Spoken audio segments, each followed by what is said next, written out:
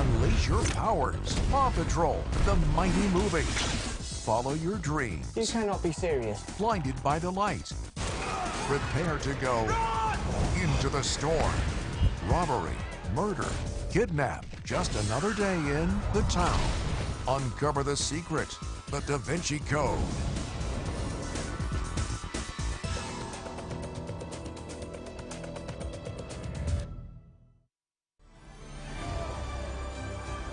Ladies and gentlemen of the Gallery Gourmet, my name is Willy Wonka. He's good. Too good. Yeah, pretty sure I've gained about 150 pounds in the last 2 weeks. Run away! Every good thing in this world started with a dream. Wonka. Premieres Saturday, June 29th, 9 p.m. on HBO.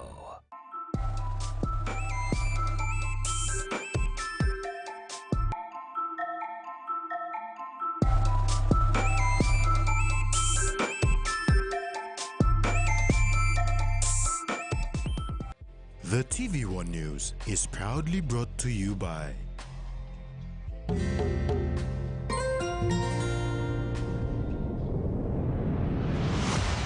BSP, our bank, our people.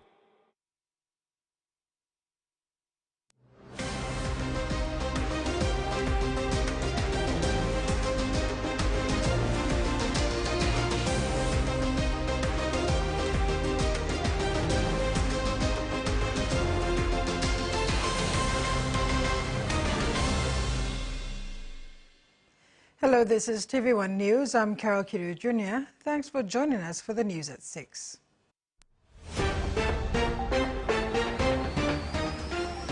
In this edition, Madang Province ready for LLG elections. NWTL Group aims to raise 1 million kina. And Vipers halt Miox winning spree. Preparations for the local level government elections in Madang this year is on track, with several meetings conducted by the Elections Steering Committee over the last few weeks in order to settle in-house issues whilst they review necessary preparations.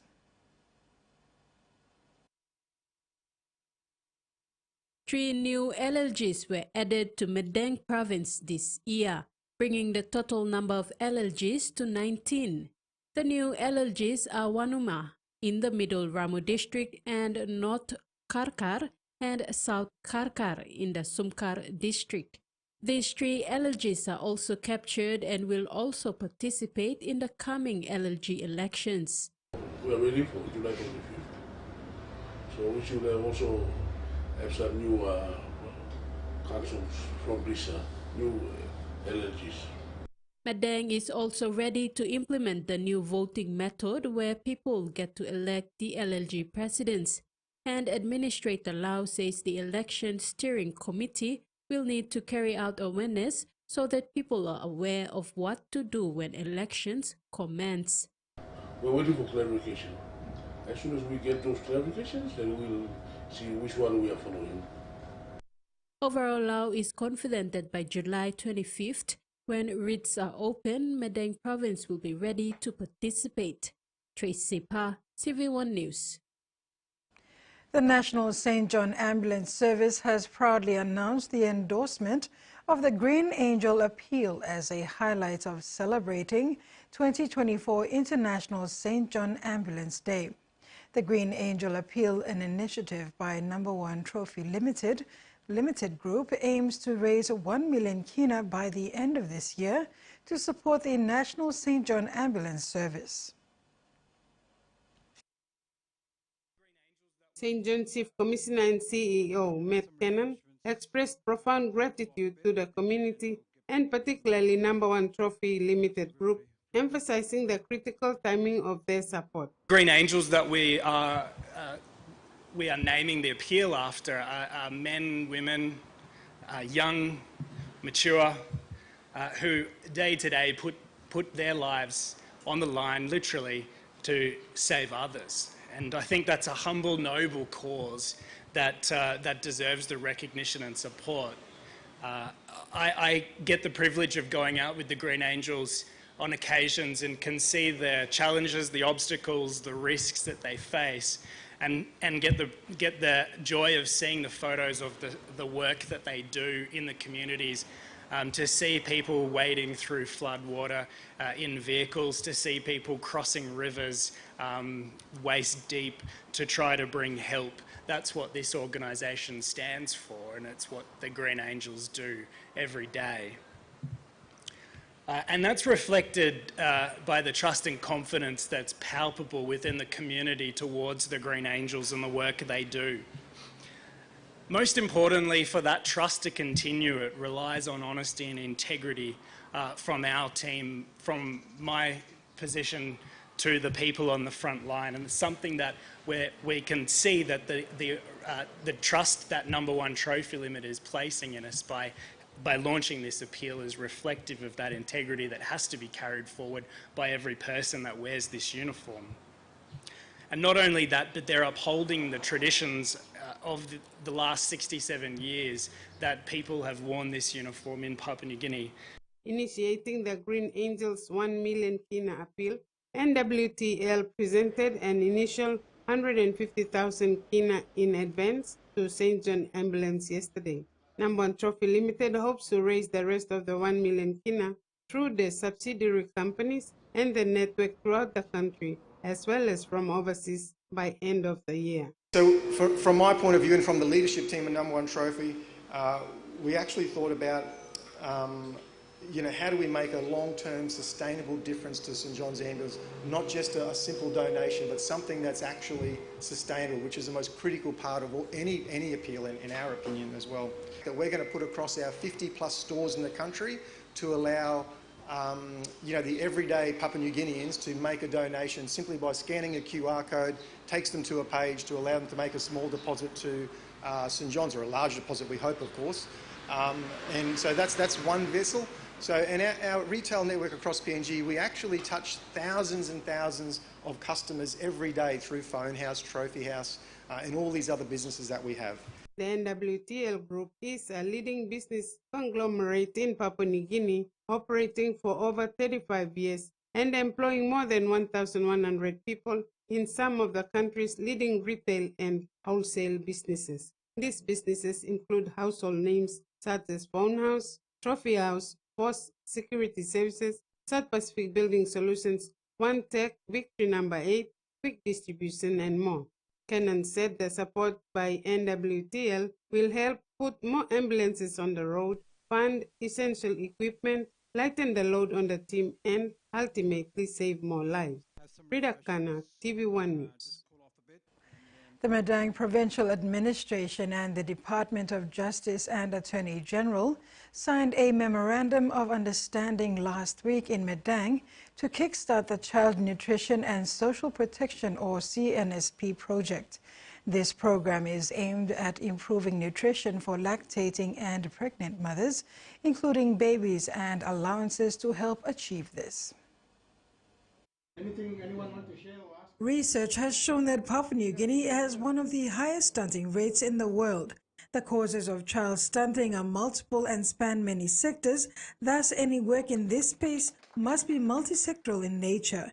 The Child Nutrition and Social Protection Project will support the convergence of nutrition-sensitive intervention that include agriculture, health, education, social protection, as well as water, hygiene, and sanitation. The target is basically the child between 0 and 2 years old. 2 years old, we've got plans to expand it into another opportunity for community development to pick it up. And there are discussions already on how we can progress this into the future. According to the Deputy Secretary for DJAG, Stanley Raka, the project is comprised of 3 components. So for the next 5 years, every mother that's going to be registered or entered into the project or activity, that will be part of the beneficiary arrangements for 2 plus something. Antenatal care, child nutrition, awareness on how you're going to take care of the child, one of nutritional values or nutritional dietary requirements for Pikinini, and by component number 1, and National Department of Health by look out it. Number 2, DFCDR looks at the cash transfer. It's a quarterly arrangement of about 90 kina that will be provided to the mother. CNSP is funded by the World Bank at a cost of $90 million equivalent to 300 million kina. The project will be implemented in 4 provinces from the 4 regions. East New Britain was the first province to implement CNSP representing the islands region. Madang is now the 2nd province representing Momase region, and the other 2 provinces are Simbu in the highlands and Western in the southern region.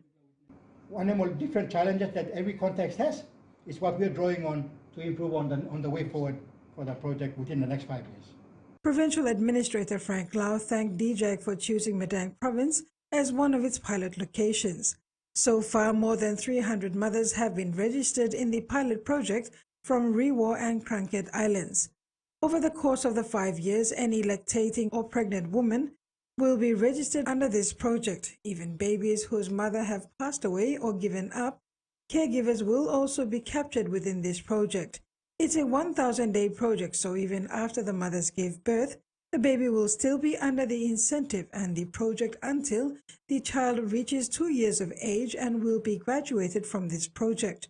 Mothers will receive free antenatal care, awareness and education on child nutrition and a quarterly incentive of approximately 90 kina. A member of the University of Goroka Council and a local leader in Goroka has called on the local people to support the university under the leadership of Vice-Chancellor Dr. Teng Wanenga to improve the standard of the university. John Sari made the call during the official opening of 2 staff housing duplex at the university last Friday. Local leader and University Council member John Sari called on the local people of Goroka to get behind the leadership of Vice-Chancellor Dr. Teng Wanenga and drive the development aspirations of the university. Mr. Sari made this call when speaking at the opening of a 2-in-1 duplex accommodation for staff last Friday at the University of Goroka. The duplex, which will house 4 university staff, was built at a cost of 1.5 million kina. Now we can proudly stand up as a landowner. We have good leadership in the council, good leadership in the top management team, good leadership in the divisions planning. Thank you, Kelly Matona, Kingston, good leadership in the academia, good leadership altogether. That's what I time of dirty. Lamel na tell to say dirty. I'm true, alaga. That's what you mean now. I'm clean. So by you looking like I gave you clean power now. You looking for something to come up. Mr. Sari was concerned about the negative image people portrayed of UOG because of what he described as self-interest and greed by certain individuals. He therefore said with a new administration in place, the surrounding communities must offer this administration support to help bring back the good image of the university. Tell me, Papa Ground, so-called Papa Ground, or ex-landowners, you mean my son mobilize? Me want the council election, Mitla Sanapia. Me no give la put the finger on Mitla. Okay, you don't know council, you don't know making money. We are not corrupt council members. Contractor Tavi Building and Hardware Supplies Managing Director Raymond Naria thanked the University Council for having confidence in him to deliver the duplexes on time, which he did. Like him, let's go contractor University you kiss him. Let's contractor must get people have for delivery service. You don't think they'll kiss money? No. We don't think they'll kiss money. We think they'll delivery service. One of the profit mission making. Like for instance, Goroka time you got COVID-19, we go give 10,000 cash threat, we go give him a 5 cylinder. Government school out, Okibo Province School, we give 28,000. Big profit me working, we give service loan, Goroka, people on Goroka line. Freddie Mo, TVWAN News. Meantime, Vice-Chancellor Dr. Teng Wanenga thanked the contractor for a job well done and committed to work with them going forward to deliver impact projects for the university. University staff and community staff, by me benefit, you mean not give an Arab line, you may yet walk up.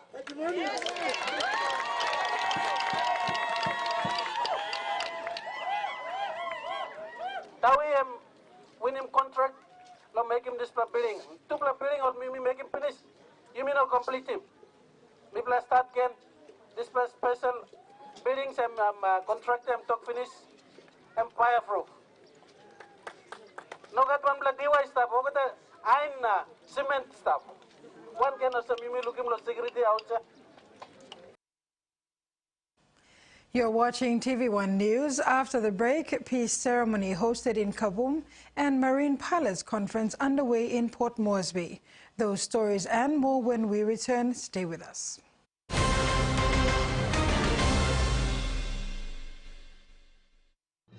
Experience a convenient and smarter way to do your banking with BSB Mobile Banking. You don't have to leave the office or your home to pay for bills. You can view your account balance, transfer funds, top up phone credits, or purchase Easy Pay units wherever you are.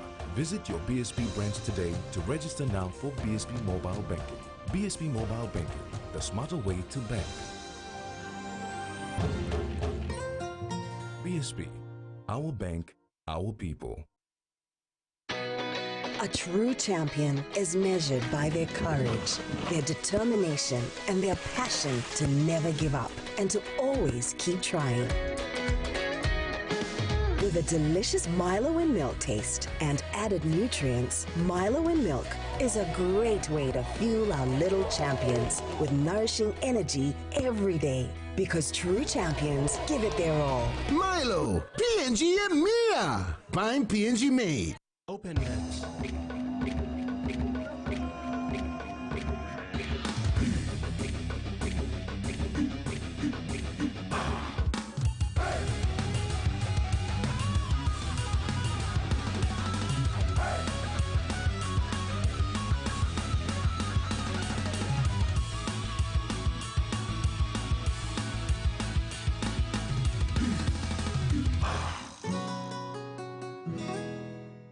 He says the best Hunters players come from his region. So does she. But there's one thing that brings everyone together. SB Lager, Bunyam Yumi.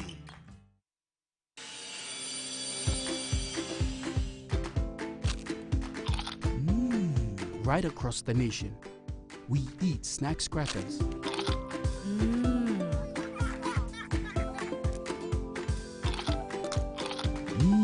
Emi Trubla. All get a young planalapun, only like him snacks crackers. Only make him here, no PNG, one time lay biscuit company. It's crunchy and tasty. It's irresistible.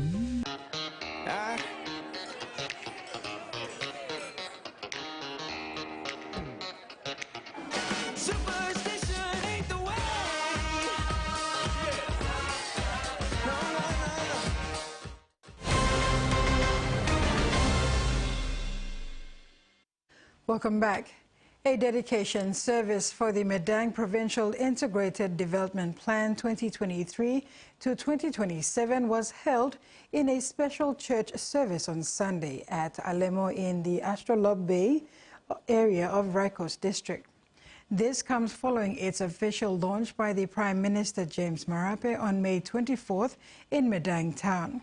The occasion was attended by the Governor of Madang Province, Ramsey Pariwa, along with his office staff and other members from the Madang Provincial Administration. Governor Pariwa explained that the Madang Provincial Integrated Development Plan is a product of a collective effort and has inputs from the different sectors within the administration, business sector, non-governmental organizations, districts, and the national government departments. The National Capital District Police arrested a 25-year-old man last Friday, June 21, 2024, for forging a police clearance. The 25-year-old from a mixed parentage of Western and Gulf was an employee of Kisok, a company based at Vision City. National Capital District Metropolitan Superintendent Silva Sika confirmed that the suspect was arrested by police who were patrolling the Vision City area. Metsup Sika warned the public who are using technology to edit and approve documents like police clearance, medical reports and others to stop because it is a crime. The 25-year-old has been detained and is awaiting further investigations. Life has been painful for the people of Kabum district, especially after the 2022 national general elections violence. The people of Kabum who live in one of Morobe's mountainous remote areas have been without a district administration since the district headquarters was damaged and burnt during counting in July 2022. A peace ceremony was held over the weekend in Kabum, which saw locals apologizing to the district and province for their actions, which led to a complete shutdown of the district headquarters. It was a first-of-its-kind violent experience for the people of Morobe's Kabum district when, on Sunday, July 17, 2022, a large number of Kabum's candidates and their supporters mobilized and destroyed all ballot boxes and papers, rampaged through the district office, and burned 2 vehicles. This happened a day after violence broke out at Mudzing Station in Makam district. Patricia Wellham has been the district office secretary since 2005. She shared that she had never been more scared in her 19-year career in the district headquarters. Kita door offices, all go rosim order, printer, computer. When something is inside the rosim order, pulling water draws, kissing water paper. When something is all kissing all trauma number on the floor. Harem come broken smith trauma number or something on broken over. Public servants, including lay-based police, were outnumbered and kept out of the mob's way as they wreaked havoc. Women, children, and the elderly stayed away from the area as the mob, armed with guns, were involved in a shootout with additional police manpower that was sent from Ley. The Kabum district headquarters remained closed for 2 years until Morobe Governor Luther Wenge and the Kabum District Reconciliation Committee facilitated a peace ceremony on Saturday, June 22nd and Sunday, June 23rd.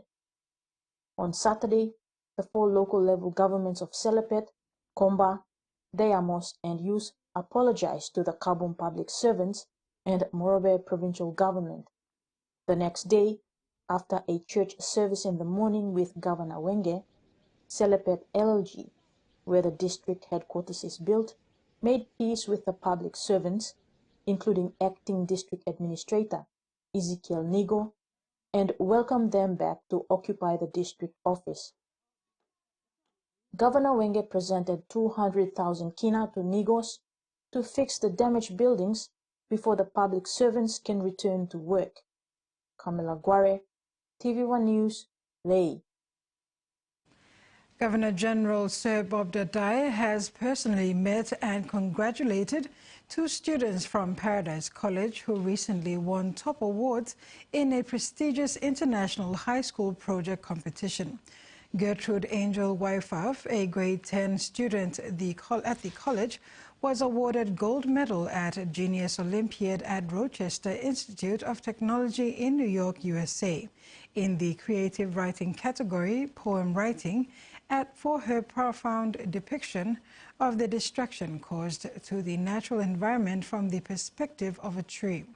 Rualdiro McKinley, a grade 9 student, won a silver medal under arts category for his remarkable portrayal of the impact on the environment by human actions as seen from the perspective of future generations, also at Genius Olympiad in New York. Sir Bob said he was proud to see 2 Papua New Guinean students excel in a worldwide competition that included students from 65 other countries. The Governor-General commended parents of the 2 students as well as the Paradise College principal and teachers for their commitment and dedication in mentoring the students. The maiden Australasian Marine Pilots Conference has commenced in Port Moresby, marking a significant milestone as their first conference held outside Australia. This event, supported by major sponsor New Guinea Pilots, celebrates the hard work and dedication of AMPI members. The inaugural Australasian Marine Pilots Conference kicked off in Port Moresby today marking the first time this prestigious event has been held outside of Australia. The conference celebrates the efforts of AMPI's dedicated volunteers and coincides with International Seafarers Day. Captain Max Stossel, MD and Chief Pilot of New Guinea Pilots Limited, welcomed attendees, highlighting the 7-year journey to this conference. He acknowledged the support from the PNG Transport Ministry and emphasized the importance of marine piloting standards, expressing gratitude to his mentor, Captain Ravi Najar, who was present at the event. As today we commemorate International Day of the Seafarers and those who have gone before us, lest we forget their time at sea and their dedication that brings inspiration to all seafarers present today. AMPI President Captain Josephine Clark highlighted the international presence at the conference, with over 98 delegates from 7 countries. She traced the history of AMPI from its inception as the Australian Marine Pilots Association to its evolution into a key institution, fostering education and international collaboration. Captain Clark commended the efforts of Captain Max Stossel and others in bringing the conference to PNG, despite delays due to the COVID-19 pandemic. 4 years late, but a fantastic program of speakers and events over the next few days. And of course, today's representation of over 35 marine pilots from members from all over Papua New Guinea.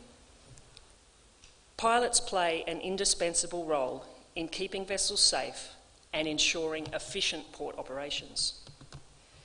We are one small but vital link in the global logistics chain that continues the efficient free flow of trade and growth and prosperity for all of our communities.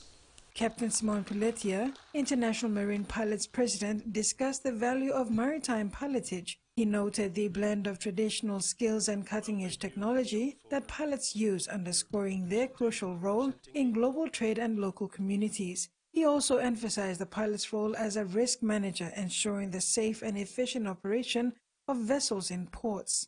Our profession is also truly a global one.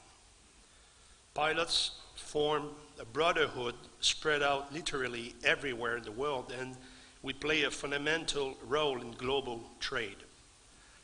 But at the same time, our expertise is deeply rooted in local circumstances, communities, and realities.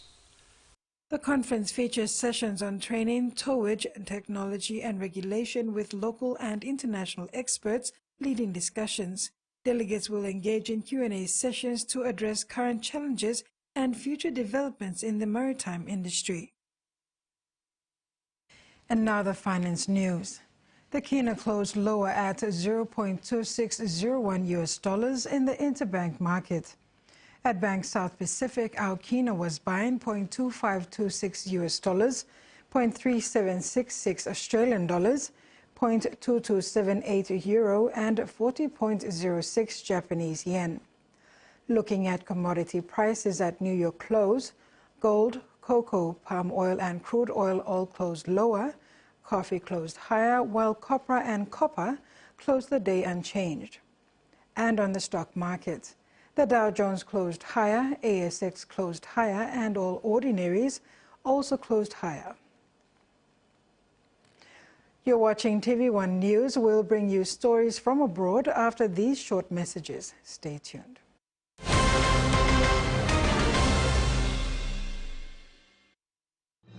Experience a convenient and smarter way to do your banking with BSB Mobile Banking. You don't have to leave the office or your home to pay for bills. You can view your account balance, transfer funds, top up phone credits, or purchase Easy Pay units wherever you are. Visit your BSB branch today to register now for BSB Mobile Banking. BSB Mobile Banking, the smarter way to bank. BSB, our bank, our people. Hiya, Mama. You wait then, but me add him special flavor. Put in more flavor, put in more taste.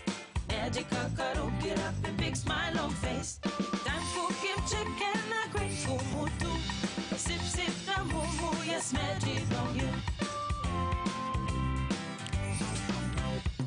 LLG, the taste PNG loves.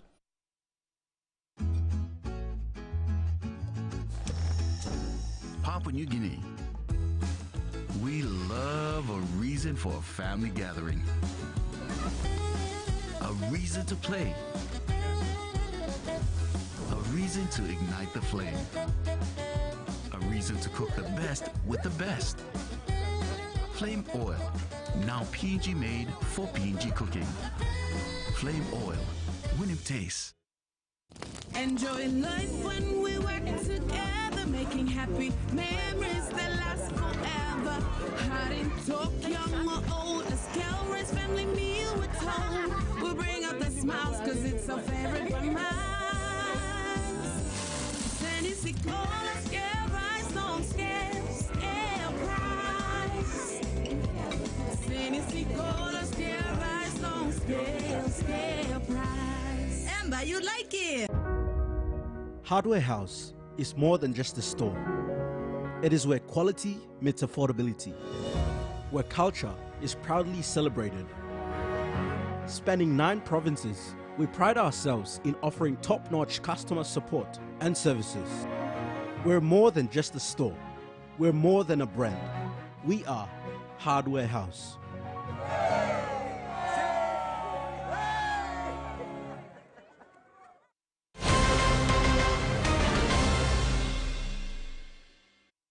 Thanks for staying with us.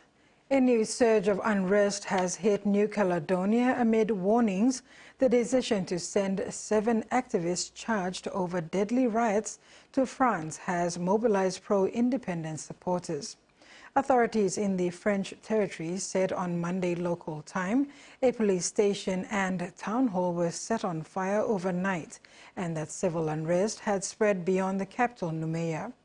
The resurgence in unrest followed a decision by French authorities to transfer the pro-independence activists 17,000 kilometers away for detention.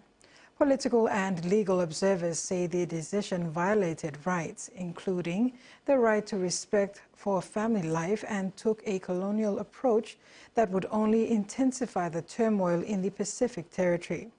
It was one of the worst outbreaks of unrest since 9 people, including 2 gendarmes, were killed in the violent riots that flared in early May over controversial voting reforms proposed by the French government. As 2 chicken farms in the Hawkesbury come to terms with the destruction of their entire bird population, authorities widen their search area for other cases of avian flu. Meanwhile, a young family of egg farmers are afraid to count their chickens before they die. Matt and Monique Bonus have been raising chickens for 3 years.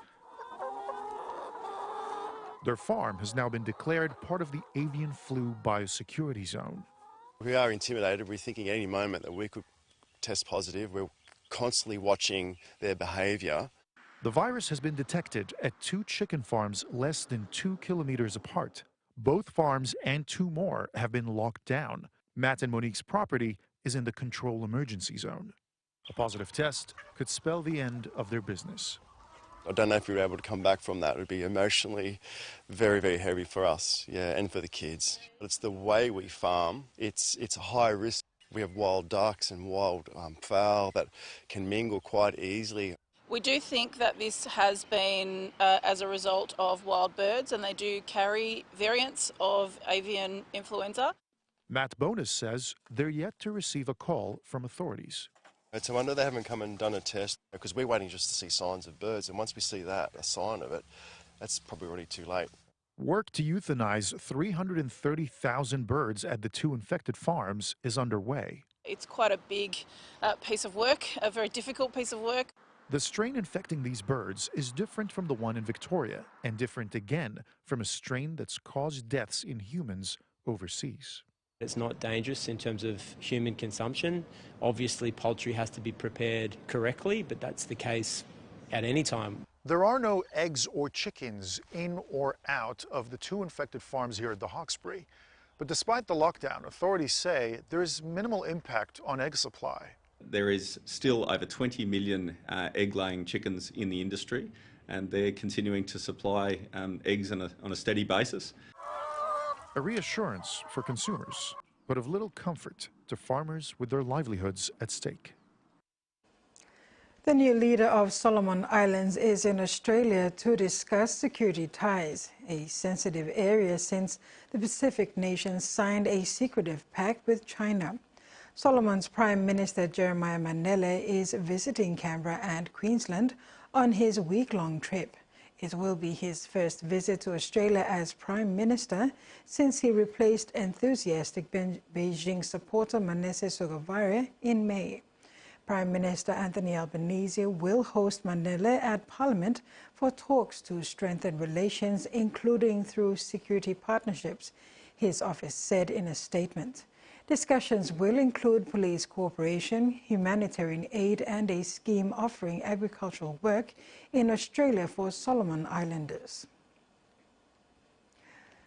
WikiLeaks founder Julian Assange has agreed to a plea deal with U.S. prosecutors that could see him return to Australia shortly. Former Deputy Prime Minister Barnaby Joyce urges caution ahead of Mr. Assange's hearing. I think it's important to reiterate this because you don't want to have a narrative at one stage and then a different sort of, a triumphant narrative at another stage. It was not really an issue about Mr. Assange. If you asked me, do I think what he did was morally correct? No, it wasn't. But the issue for me is extraterritoriality. This was an Australian citizen. He was not a citizen of the United States. He was not in the United States when this felony, as what they said, was created. He did not steal the information. That was then Bradley Manning, who is now Chelsea Manning. He was not the first person to publish this information. That was a gentleman, I believe, the name of Doyle from Cryptomania, who first published it. And if the dissemination of this information is a crime, then every person where I now stand in the Parliament of Australia's Fourth Estate is on their way to the United States of America because you all printed it. And that creates massive confusions. I don't want a place in Australia where if I offend the Quran, I'm off to Riyadh. If I offend the Chinese Communist Party, I'm off to Beijing. Or an Australian citizen who offends a law in the United States is off to the United States, unless he's in the United States when he commits it. In that case, that's a completely different issue. But from what I read, and of course we're all very new to this, it's still a plea deal on a felony. As a plea deal on a felony, he has to be heard on the soil of the United States, and I read that may be Saipan Island. So we just got to be still cautious on how this proceeds because the end has not arrived. The nation's biggest supermarkets will soon face the threat of multi-billion-dollar fines if they are found to be rorting and bullying Australian suppliers. The federal government has agreed to all the recommendations of a review into the Food and Grocery Code of Conduct. Guy Gayet has been tending his orchard for 4 decades and believes the big supermarkets are rotten. When you complain, you'll be out the door.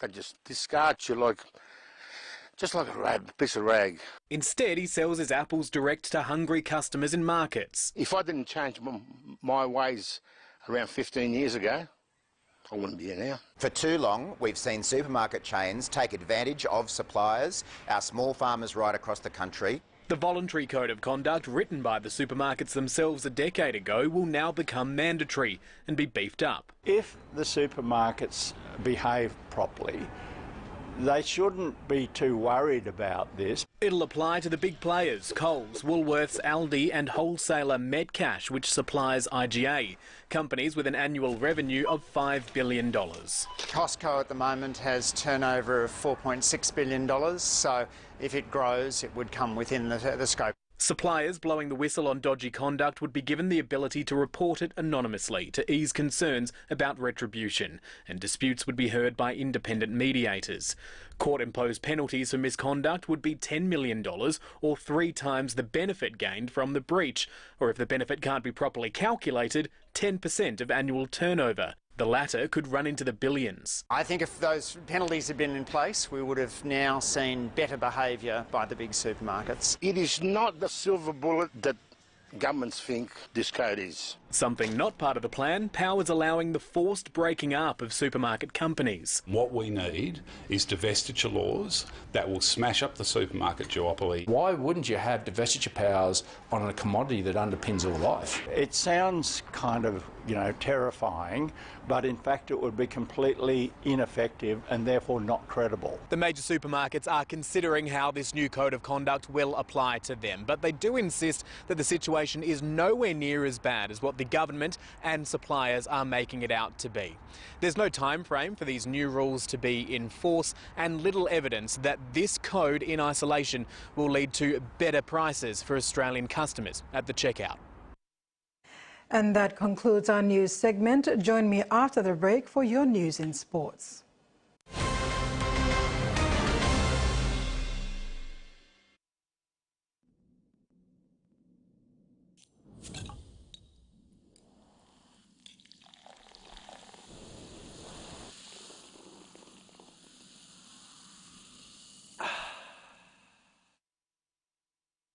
Start your day by doing the 1, 2, 3 with Colgate. Wake up. Brush your teeth.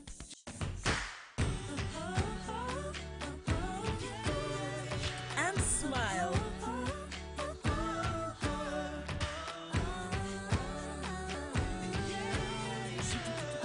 Smile throughout your day with Colgate. Hi, I'm Chef Jules Hennow, and this is where my true inspiration for cooking started. Like most of us, I learned to cook from my mum. Nothing beats simple recipes where fresh local produce is at the heart, especially when it's a home-cooked meal, prepared and shared with the ones you love. And in PNG, no meal is complete without rice.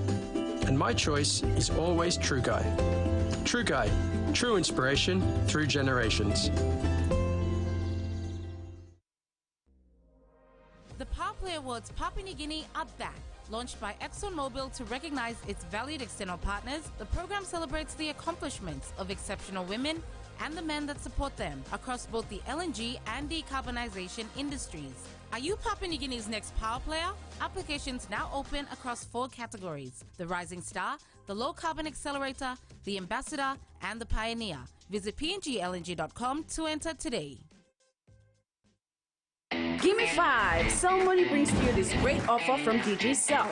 5 GB, 5 days for 5 kina. Visit a Digicel store or Cell Money agent. Put money in your Cell Money wallet and dial *888 to buy today. Boy, we got a contest tonight. That is sensational. He's a specialist.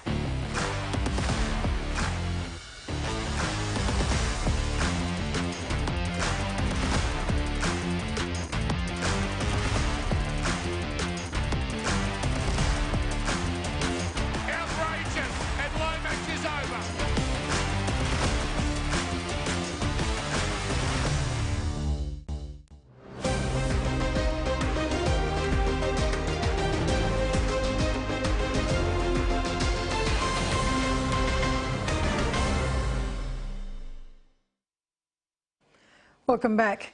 KMHL Engameok's 6-game winning spree came to a halt on Sunday, courtesy of a late surge by Moniplus NCDC Port Moresby Vipers right at the death, forcing the epic showdown to an 18-all draw at full-time. Leading 18 points to 12 with seconds remaining, Meok's defence was stretched to the limit as they frantically hung on, but to no avail. Back towards the middle. Palangat Kanini. Coming up with a crucial try after spending 10 minutes in the bin could be redemption for his earlier misdemeanor. Vipers' rugged back rower Julius Assange's late try and a successful touchline conversion by halfback Charlie Simon after full time did just enough to take the win off the Meok sails for an 18-all thriller. The highly anticipated round 11 blockbuster did not disappoint from the get-go, but it was the rising Vipers centre, Thomas Kuiper, that got the Vipers off to a flyer, pocketing 2 tries in the early stages of the first half to give the Vipers an early 10-point lead. Meoks got one back through reserve back and man of the match Joshua Phillip, with Kumul Kaupa adding the extras for an 8-6 scoreline. As intensity and pace of the game grew, Meoks pulled something out of the hat with a beautiful weighted kick for Philip to pocket his second try, enabling Miox to surge ahead 12-8 heading into half-time. The noise from Miox supporters on the eastern stands was quite intimidating as the second stanza got underway, but again Vipers' great composure and slick ball control caught Miox napping on the right edge when stand-in fullback Henry Marai beat the defense to put Vipers back on equal term 12-all. Miox's attacking flag could not be faulted and was a joy to watch, shifting the ball from one end of the field to the other until Little General Kumul Kaupa deft pass to his forward Yomo Yakopa to score beside the upright to break the deadlock 18-12. Vipers could not help looking away from the scoreboard as time started to become their worst enemy, but it was the last man standing, Julius Yakopa's barnstorming run to the line that got the Miox stunned as Charlie Simon attempted conversion, found the black dot to level it up 18-all at full time. We need to fix on our left edge. We've got a problem there. That's where the Vipers score. So next week we got a game against the Guria, so I will fix our left edge and we'll see how we go for next weekend. Yeah. One blast. Strong blaman on the middle style kona so me asem man blast enda blow me me think positive was one blow and them nubla blumilo senda that solution. Me got best let me give me. Terry Longwood, TV1 Sports. Port Moresby men's softball is at the halfway mark of its 2024 season, with games now ramping up, heading into round 2. The finals now tentatively set for August before the national championships in September during Independence Weekend. On Sunday, competition pace setters Moni Plus Gazelle continued on their strong winning form over Defence to maintain their lead on the points table with 17 points from 8 wins, 1 draw and 1 loss. In second place are United Brothers after proving too strong for Stingers 3 points to 1. Credit to Stingers who did well to restrict Brothers Sluggers and keeping the runs to 2. In the battle of the cellar dwellers, 9th place Saints came from behind to outrun 6th place Eastern Aces 5 runs to 3. The Power and Bears showdown was an even money game until Power's veteran pitcher and former international Anselm Bunbun showed glimpses of his heyday to restrict the Grizzlies' battling line up as Power went on to beat Bears 4 points to 2. Killer Cats' ill discipline by their base runners cost them the game, with Brown Eagles cruising home with a well-deserved win in the end to maintain their spot in 3rd place. After last weekend's results, the top 5 teams maintained their spots with Gazelle leading the ladder with 18 points and Bears in the 5th place with 12 points. On Olympic Day, World Rugby and Paris 2024 unveiled the pools for the Olympic Rugby Sevens competitions taking place in the French capital from the 24th to the 30th of July. The 12 men's and 12 women's teams were allocated to 3 pools of 4 teams based on their rankings due to performances over the last 2 years of the HSBC Sevens Series, Challenge Series, and other World Rugby sanctioned tournaments. All 6 World Rugby regions are represented among the 24 teams who secured their spots in Paris via the HSBC SVNS Series and regional qualification competitions. Host France and their superstar Antoine Dupont will start their Olympic campaign in Pool C together with 2-time Olympic champions Fiji, USA and debutants Uruguay. In front of their home supporters, they will aim to replicate their title-winning performance in Madrid, where they lifted the inaugural HSBC SVNS Grand Final title early this month. SVNS League winners Argentina will also face tough competition in Pool B, where they meet Australia, Samoa and Kenya, while Pool A sees top seed New Zealand grouped with Ireland, Japan and South Africa, who just qualified from the World Rugby Sevens Supercharge in Monaco. In the women's competition, the battle will also be fierce with 3 very competitive pools. Reigning Olympic champions and SVNS League winners New Zealand will be strong contenders and face Fiji, Canada and freshly qualified China in Pool A.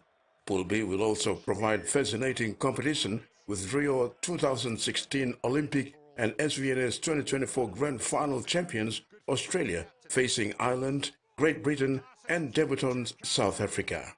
Host France have been placed in Pool C as one of the 3 top-ranked teams and will look to improve on their silver medal at Tokyo 2022 with pool matches against USA, Japan, and Brazil.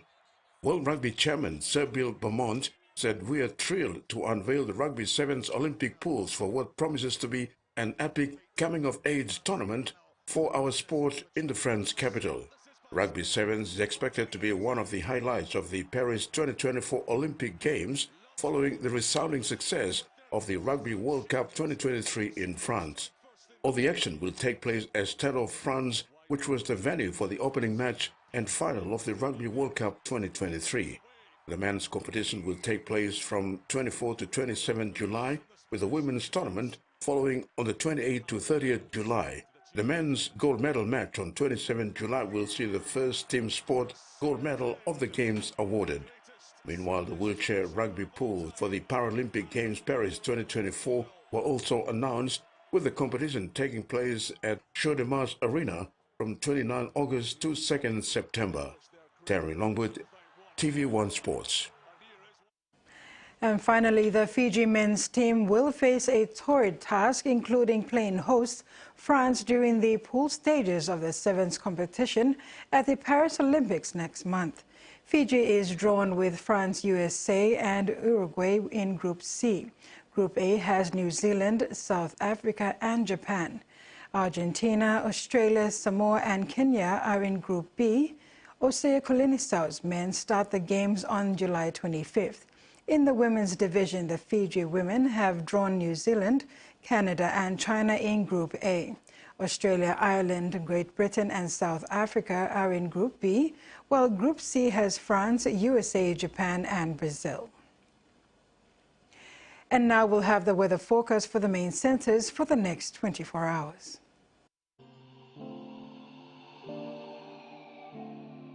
Southern region, Port Moresby mostly fine, partly cloudy. Alatau partly cloudy with few showers and possible thunderstorms. Momase, Lae partly cloudy with chances of brief evening showers and drizzle. Wewak partly cloudy with some showers and possible thunderstorms. New Guinea Islands, Kokopo partly cloudy with possible brief afternoon showers. Boka partly cloudy, possible few showers. Highlands, Mount Hagen partly cloudy with possible few afternoon showers. Goroka, Barnes, and Kundiawa cloudy with few showers and possible thunderstorms. Ocean forecast, Coral Sea sees rough to very rough at times, with southeast to easterly winds of 20 to 30 knots, increasing to 33 to 40 knots at times. Solomon and Bismarck seas see slight to moderate southeast winds of 10 to 20 knots. Coastal waters forecast, waters of southern PNG and Indonesian border to Daru, to Kiwai Islands, to Keremo, to Yule Island, and to Hood Point to Samari Islands. Waters of Samari Island to Cape Vogel and all Milne Bay Islands, seas 1.5 to 2 meters, rising to 3 meters at times along warning areas. And that ends another edition of TV1 News. From the news team, pleasant viewing. Good night.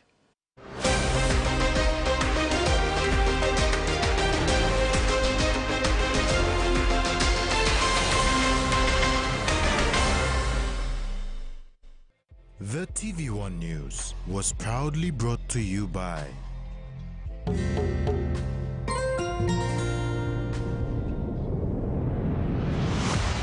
BSP, our bank, our people.